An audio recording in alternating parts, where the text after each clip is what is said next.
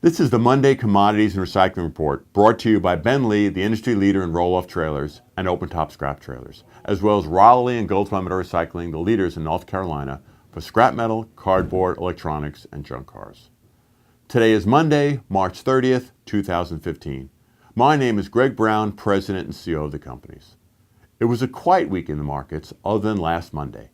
What we saw was, late afternoon last Monday, copper jumped 10 cents on COMEX and stayed there for a number of hours.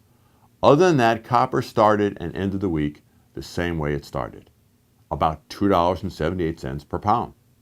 On the negative side of copper, sadly, copper and copper alloy scrap exports were down 25% this January, year over year.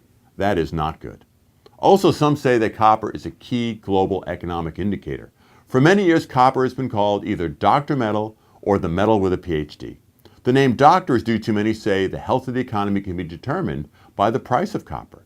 The PhD name is for PhDs are smart, so they know what's going on, meaning the price of copper is an indication of the strength of the economy. Put together, things are okay, but not great. Copper was about 68% higher in April of 2011 versus today. It was $4.66 per pound in 2011 and $2.78 today, as I said. As for steel, for those that missed last week's report, it's worth mentioning that about 10 days ago, Steel Dynamics, which owns OmniSource, the nation's second largest recycler of metals, issued a profit warning to Wall Street. They said that profits were going to be lower than all had been expecting. The flood of finished steel coming into the United States from overseas, lower volumes, and the lower price of scrap metal were the stated reasons. It was also stated that they will lose money in this quarter in recycling. Nucor Steel, the second largest recycler of metal and producer in the United States, also issued a profit warning.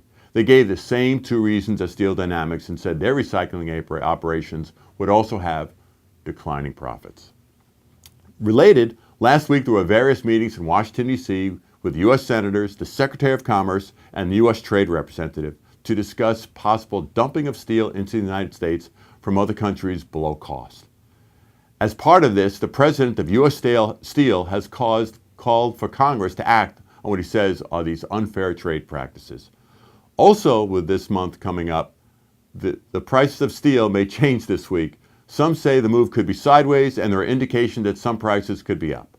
A key is shredder feed remains very scarce due to the low inflows of obsolete scrap. On the positive side, after a huge drop in steel production, we are now seeing a small increase in production levels here in the United States. With that, scrap metal prices remain at their multi-year low. Aluminum, after quite the drop in the past year, has stabilized and saw some increases last week. Many feel good about the price of aluminum as the new Ford F-150 ramps up with its all-aluminum exterior. Related, there is word on the street that Chrysler is about to follow with aluminum exteriors. Oil remains a mixed news story. The oil and gas drilling rig count continues to decline in the United States. Orders continue to slow down with steel mills making less steel for drilling rigs. On the positive side, as we continue to say, with the prices of fuel remaining low, it is starting to have a very positive effect on many parts of the economy, as all of us are spending less money on fuel and have more money in their pockets. As for the recycling industry, there's no good news. Volumes remain low, with margins going up a bit, not due to less competition, but due to pure math. As prices go down, margin percent goes up. In reality, though, with volumes down, profits are down significantly in recycling.